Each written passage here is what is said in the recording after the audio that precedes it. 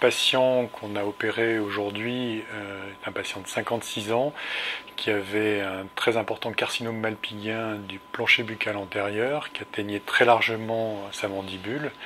Un patient extrêmement fragile sur le plan vasculaire avec des antécédents assez lourds et une altération globalement de ses vaisseaux avec un tabagisme ancien.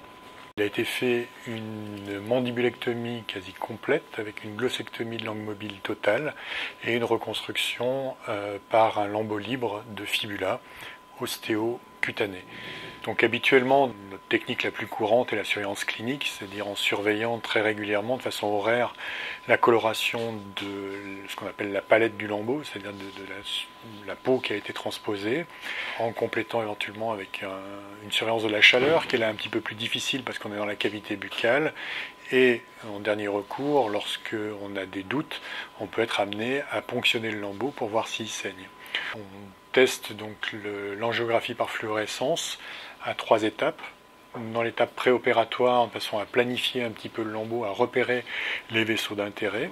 En péropératoire, pour vérifier que nos anastomoses sont perméables et que le lambeau se revascularise. Et puis en post-opératoire, en démarrant 4 heures après la fin de l'intervention et toutes les 6 heures, pour s'assurer que, là encore, la perméabilité des vaisseaux est bonne. Là, on a quand même une assez bonne sensibilité de cette technique dans la surveillance, avec un diagnostic d'accident lorsqu'il survient qui est bien plus précoce que ce qu'on est capable de faire cliniquement. En gros, on anticipe d'une douzaine d'heures les incidents. Voilà, donc là on voit le signal qui apparaît sur l'artère.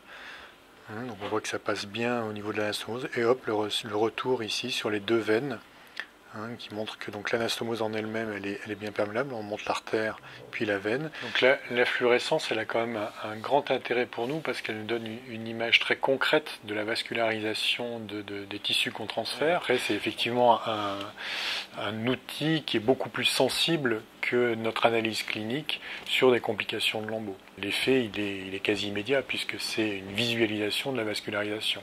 Et c'est d'autant plus important que plus tôt on réintervient sur la complication et plus on a de chances de récupérer le lambeau et de revasculariser le lambeau. Il n'y a pas beaucoup de contraintes à utiliser ça, c'est absolument sans effet pour le patient qui ne se rend même pas compte de l'examen lui-même. Donc c'est aussi très très simple à utiliser.